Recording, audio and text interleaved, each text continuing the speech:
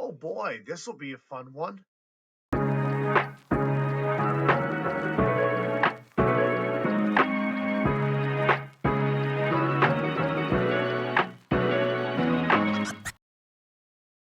Welcome, everybody, to Uncut Nonsense. Of course, my name is Doc Klugman, and this is the show right here that is going off the rails very, very quickly.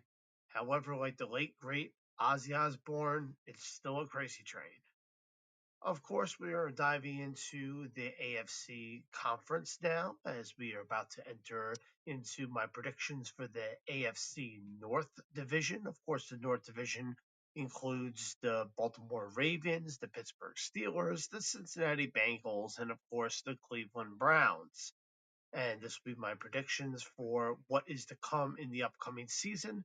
As always, I did mention in the previous video that I did do my first game prediction, my first week predictions, excuse me, and I'm already 1-0. I mean, I think that's something to celebrate, even though I think the first game on Thursday night was a layup when it came to the Dallas Cowboys and the Philadelphia Eagles. I did not expect a lot of spitting to go on, but we'll talk about that another day later in the week after all the games have been played. So starting off, we have the Baltimore Ravens in the in the AFC North. They were very, very impressive last year. 12-5 record, first overall in the division. Home, they were very good at 6-2. Away, they were pretty much the same thing at 6-3. And overall, they were very, very impressive. I like Lamar Jackson a lot. I love the combination that they ended up doing with Derrick Henry, and it honestly showed very much so in the entire team. Offensive wise, they were third when it comes to points per game. They were first in overall offensive rushing attack, which I'm not surprised. That 1-2 punch right there with Jackson and Henry, it definitely supplies a very, very good combo when it comes to defenses trying to second guess who the ball is actually going to. And offensive passing wise, it was seventh. Again, nothing to sneeze at. It was all in the top 10. And that shows why the Baltimore Ravens are one of the top teams when it comes to in the AFC or just in general the NFL. Defensive wise, they were ninth overall when it came to points per game. They were number one in the defensive rush, and that was very important because it showed right there that it made their opponent be a one dimensional opponent. They could not get anything going when it came to the rush defensively, and they had the result of doing the whole passing attack. Now, here is where it gets a little dicey. Defensive passing attack, they were 31st, and it's second to last. It's not good. In fact, it's absolutely atrocious.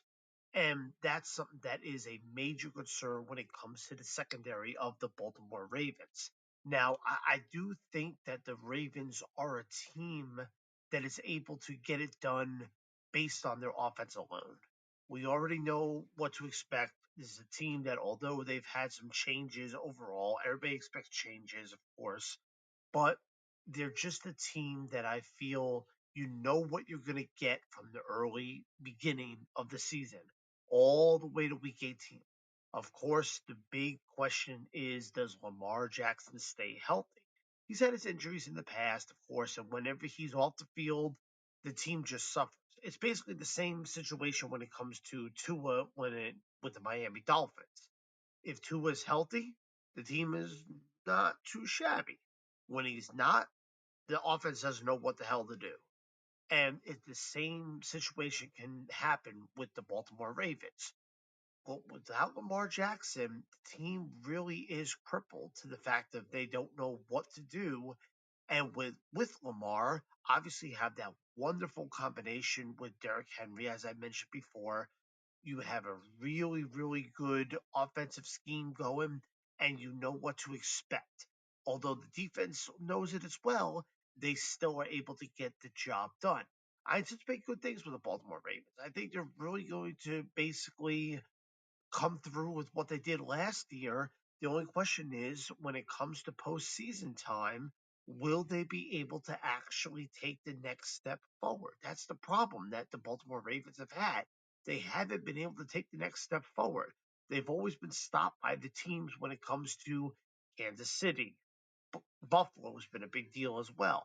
It's always been a stopper to where when the postseason comes, they can't perform. And that needs to change if they're going to be an actual real contender. Before that, I can't do it. We saw the week one predictions. Baltimore's taking on Buffalo in Buffalo week one on Sunday Night Football this coming week. I don't trust Baltimore. I really don't. They're playing against a very good team. If you put anybody else, with in regards to the division, in the rest of the AFC conference for the most part, I'll take Baltimore. I'll take Baltimore all day long. 12-5 is not a record that I'm surprised with this team. It's the fact that when it comes to the big games against the big boy opponents, this team just does not contribute the way they should. And it's heartbreaking.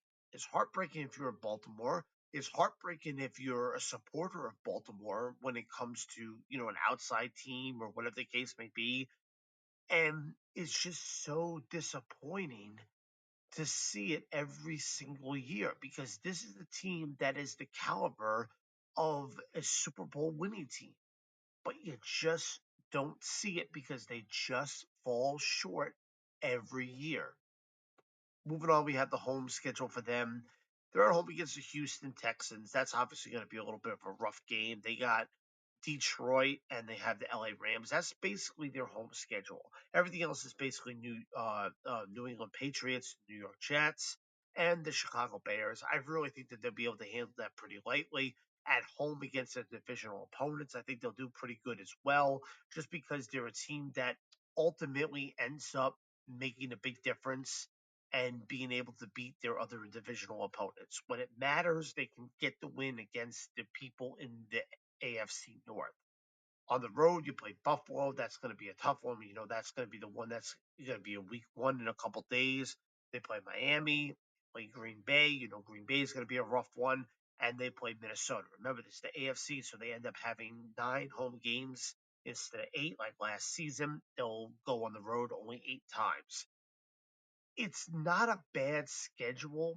They have plenty of winnable games that can get them back up to 12 wins. There's no doubt about that.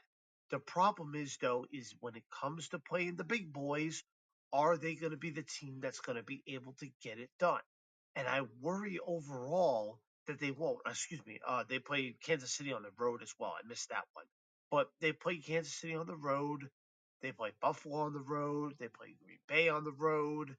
It's a rougher road schedule, and if they're able to actually get a couple of these good wins, they're easily going to win the AFC North. There's no question about that. That's my prediction for that is that they will win the AFC North. But it's it's when it goes into the playoffs. If they're going to be able to actually pull through, stay healthy enough, and be able to take that next step forward.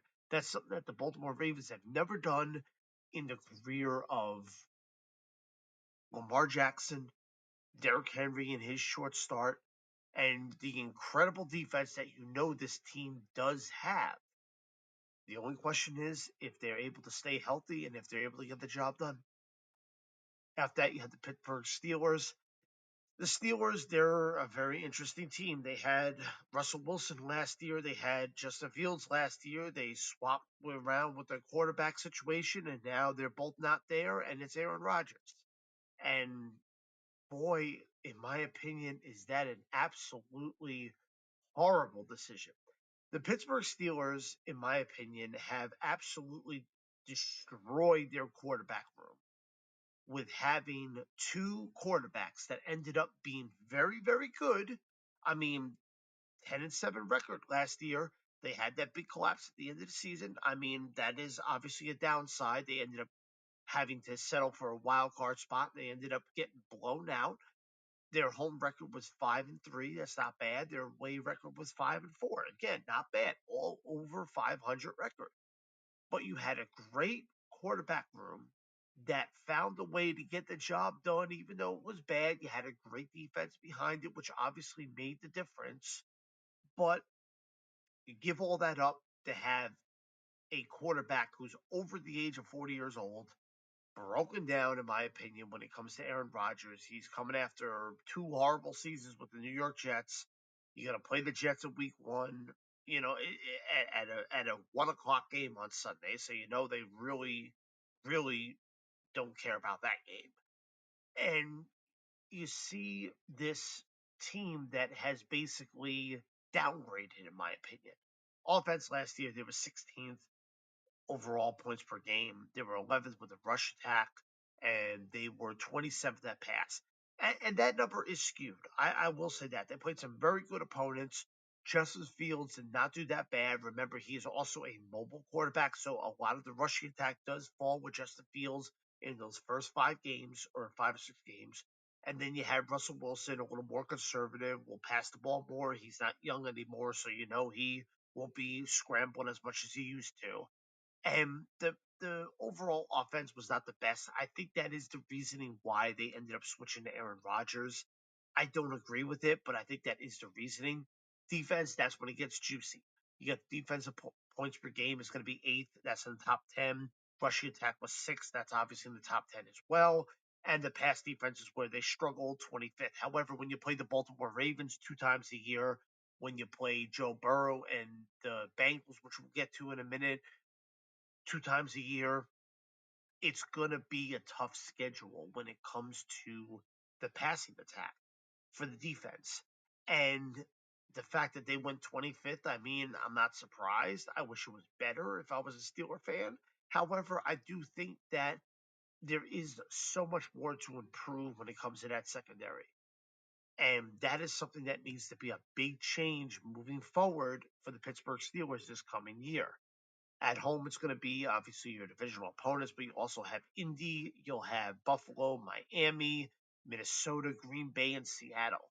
Overall, kind of a 50-50 schedule at home. It's not too bad, but it could be better compared to other teams. I think they can easily be another team that goes 5-3 this year. They could fall maybe a little bit below 500. Obviously, Buffalo, Green Bay, those are two opponents that you're going to have a rough time. Buffalo will give you a hard time. Cincinnati will give you a hard time. It's going to be a rough go, even with the 9 home games that they do have this year. It's going to be a problem, and I think Cincinnati needs to Pittsburgh needs to hang tough when it comes to these home games with them. On the road, you'll play the Los Angeles Chargers, you'll play the Jets, you'll play the Patriots, you'll play Detroit, which will be hard, and then you'll play Chicago. Detroit basically is the big boy when it comes to the road team, minus obviously your divisional opponents with Cincinnati and Baltimore.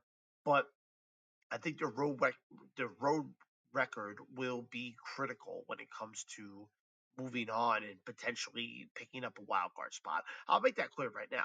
The Steelers are not a AFC North first place team. They're not. I have no faith in Aaron Rodgers. Do I think that he's completely garbage? No, I don't. But I don't have any faith that he'll be able to lead the team to big success. I really don't. Because I think there's so much that he's missing now, and you've seen it with clear evidence with the New York Jets. He does not have it anymore. He's a lot slower. He's not mobile anymore. If he takes a hit, he goes down. He won't even try. He won't try to throw it away. He won't try to do any of that other type of stuff. He stares in the pocket too long. That is critical stuff that if he does not improve, and it's tough because he's over the age of 40 now, if he does not improve, it's something that's going to follow him and something that's going to haunt him when he moves on to Pittsburgh. This stuff doesn't magically go away just because you go to another team. And although Rodgers is not the type of quarterback that will wake up and see that, it's something that is a reality. He needs to adjust. If he does not, that's a problem. And again, of course, you play Green Bay. That's another tough game that you have to play. It's his old team. You play the Jets. That's another old team that he has. Rodgers couldn't complete the cycle by going back to Minnesota like Brett Favre did so many years ago after the Jets. But I mean, I guess you can't follow the script all the way through. The issue that I have though is that I don't think that Rodgers is gonna be the quarterback that's gonna be able to lead this team. And there's been so many years that the Steelers and Mike Tomlin, the coach for the Steelers, have been under fire.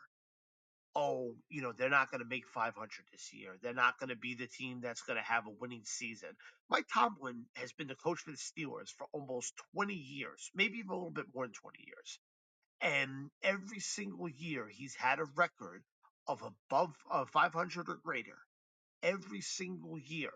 And every single year, these last couple of years, after the Ben Roethlisberger, quarterback error that they had, was will Mike Tomlin, is this the year that Mike Tomlin cannot go 500? And every single year I was like, you know what? He'll pull some magic out of his hat. He'll end up, doing some sort of, black magic. He'll sell a soul to the devil, whatever you want to call it. But he will find a way to get to 500. And he's done it every year. This is the one year that I think I will predict that Mike Tomlin will not get to 500 record, or he'll be below the 500 record. He'll be 8 or 9 or below at the end of the season, because I think that Aaron Rodgers is just too washed up that he's not able to compete against these higher level teams. Remember, the Pittsburgh Steelers, they finished second in the AFC North last year. They're playing a little bit slightly better opponents than teams like Cleveland and the Bengals, which we'll get to. And I think that does make the difference. And I think that is a reason why the Steelers might not be able to get it done as well as they have in the past. After that, you have the Cincinnati Bengals. I like the Bengals a lot, offensively at least. I can't stand their defense. It's a joke that the Bengals honestly have done nothing with their defense and have just tried to improve their offense by just slinging the ball with Joe Burrow. They finished up 9-8 last year, good enough for third in the AFC North. They were horrible at home at a record of 3-5. Away on the road, they were 6-3. Their turnover differential was +3, but that don't say much. Their defense was managed to get away 25 takeaways. They gave up 22. Offense is where it shined. Points per game, they were sixth, which is very good. They were the best when it came to the offensive passing attack. Joe Burrow had an incredible season last year. In my opinion, it was MVP related, even though nobody wants to touch on it because they were a team that did not make the playoffs. The last 12 seasons, the MVP award has gone to a quarterback, and it has gone to a quarterback who has won the division and had made the playoffs. Joe Burrow was my pick, in all honesty. I know nobody cares about that, but he was my pick because he turned a broken team into a team that potentially had the opportunity to make the playoffs. And they would have made the playoffs last year if it was not for the final week of the season, or the regular season, and Kansas City threw in their backups to play the Denver Broncos. Broncos get the win easily, and the Broncos punch their ticket as the seventh seed, and they get to the playoffs, and the Bengals are basically left out in the cold. That was the situation when it came to the Bengals. They did everything right at the end of the year. I think they finished with like a 5 or 6 game winning streak, and it was just not enough, even though Joe Burrow and that offense and that receiving core with Chase and everybody ended up making the difference to help them get to the playoffs. And they just fell short because Casey threw in their backups. That's how I see it. Defensive wise, they were horrible. 25th when it came to points per game, 19th with the rushing attack, and 21st with the passing. It's very generous considering that there were a lot more awful teams on defense throughout the entire season when it came to teams like New Orleans, New Orleans or um, Carolina Panthers. It makes sense why the defense was not overall worse. But don't get me wrong, the defense was horrible for the Bengals, and that's the thing that needs to improve. If it does not improve, it will be the Achilles heel for the Bengals and why they don't win as many games as they absolutely should. On the home schedule, they play Jacksonville, they play the Jets, they play New England, they play Arizona, Chicago, Detroit. Detroit's the big boy in that one, minus obviously, of course, their divisional opponents. Detroit's a big boy in that one. They have the home field advantage against Detroit, so we'll see what they end up doing with it. They start off in week one versus Cleveland Cleveland on the road. So I think that's a good opportunity for them to get the first, week one victory. But we'll see what happens afterwards. Remember, the Bengals are notorious for being a very slow team at the start of the gate. They start off very bad, and then that causes them problems. And if it continues to cause them problems, I don't know if I trust them when it comes to them trying to do a last minute push at the end of the season. Oh no, we got to win 6 straight games, otherwise, we're screwed. That's the problem with the Cincinnati Bengals.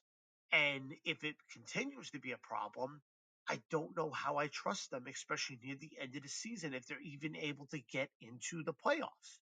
On the road, they'll have Denver. Obviously, playing in Denver is always a hard place to play. You got Buffalo. That's going to be a mess.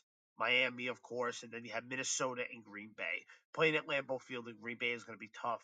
They have a great pass rush now, joined by Michael Parsons, and it's just going to be a really, really tough road for them when they go away on all these additional teams. You have your divisional opponents. The AFC North is just tough in general. You have Cleveland, which I believe will be the cellar dwellers again, but then you have Pittsburgh and you have Baltimore, and they're never any slouches when it comes to having to play them. You got to play them 2 times a year. You're lucky if you split the series with them. And if you do that, I think that they could be in good shape. But at the same time, then you got to hit your stride with these other opponents that you play only once. You got to make the most of every opportunity that you have. And that's something that Cincinnati has been able to do, but not really. I have a lot of faith in their offense, but the defense needs to improve. If the defense does not improve, then I don't know. I feel like Cincinnati is another team as an outsider looking in when it comes to the postseason at the end of week 18. Finally, you have the Cleveland Browns. The Cleveland Browns are a mess, to say the least. They finished off 3-14, dead last in the division. It wasn't even close. They were horrible on the road at 1-8. At home, they were 2-6, not much better. And it was just a nightmare. They lost to everybody and their mother practically. The turnover differential was just absolutely horrible. They gave up the ball 34 times. You can't do that. I don't care who you are, you just can't do that. They only had 12 takeaways either. The defense, as much as you want to praise the defense a few years ago as having one of the best defenses in the league, and even going into this year, people are like, oh, the defense might improve. I don't see it. I really don't. The defensive points per game last year was 27th. The defensive rushing attack was 21st. It's just really not getting any better.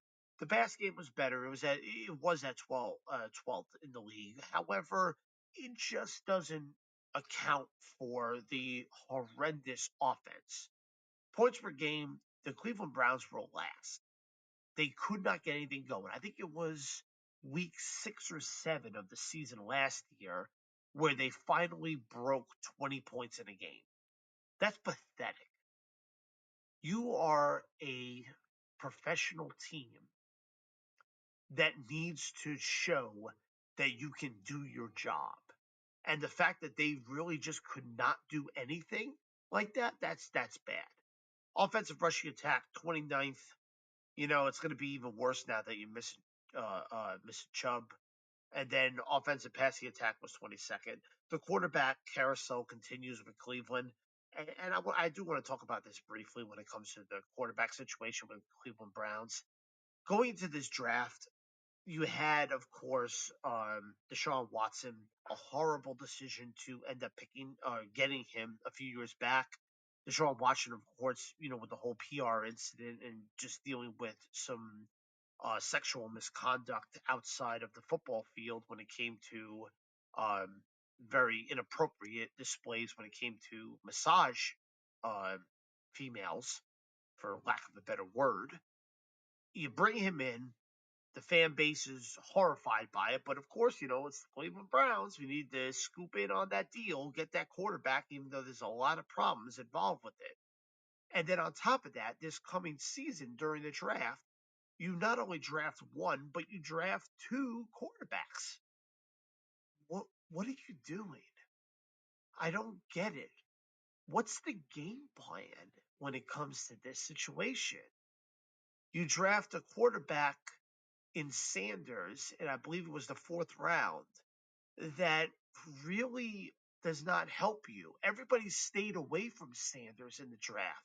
And, I said to myself, when the draft was going on, Sanders didn't get selected in the first round or the second round. And I was like, okay, I was like, I think people are staying away from him. Maybe somebody will pick him up. And I said to myself in the back of my head, I'm like, I think Cleveland will pick him up. Cleveland is the team that's going to pick up Sanders. They're going to do something stupid and they're going to get Sanders. Then all of a sudden the third round comes around and they get another quarterback. His name escapes me off the top of my head, unfortunately. But they get a quarterback in the third round. I'm like, okay, they already got a quarterback. So I guess some other team will get Sanders and then so be it.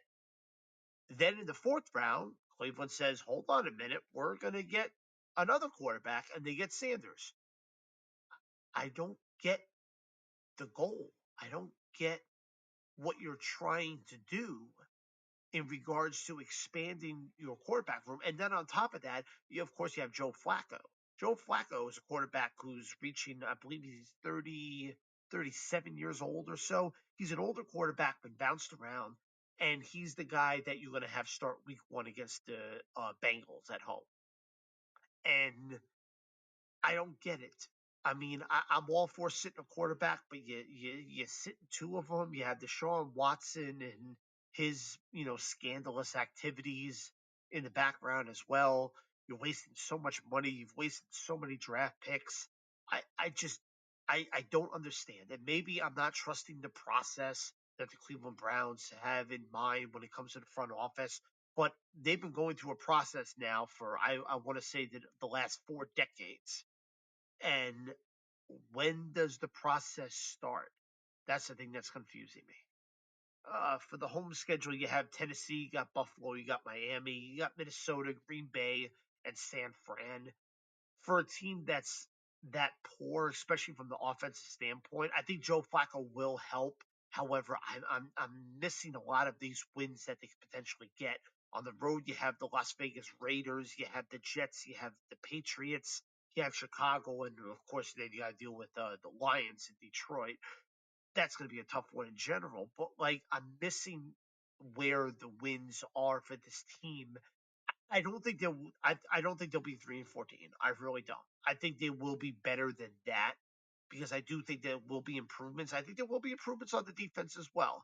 However, I'm just wondering where some of these wins will be and if they're able to scrap them together. Because if they can't, then this is the team that's going to easily be in fourth place again, and that'll obviously be a problem going into the off season of next year if everything shapes up the way I believe it will. So with that being said, obviously it's time to rank these teams. Fourth place is going to be the Cleveland Browns. It's got to be the Browns, in my opinion. After that, you have the Steelers. I don't trust Aaron Rodgers. Plain and simple. I do think the Steelers defense is somebody who's going to be able to control the game and help them out significantly as long as they improve that pass defense in the secondary when it comes to their quarterbacks and safeties.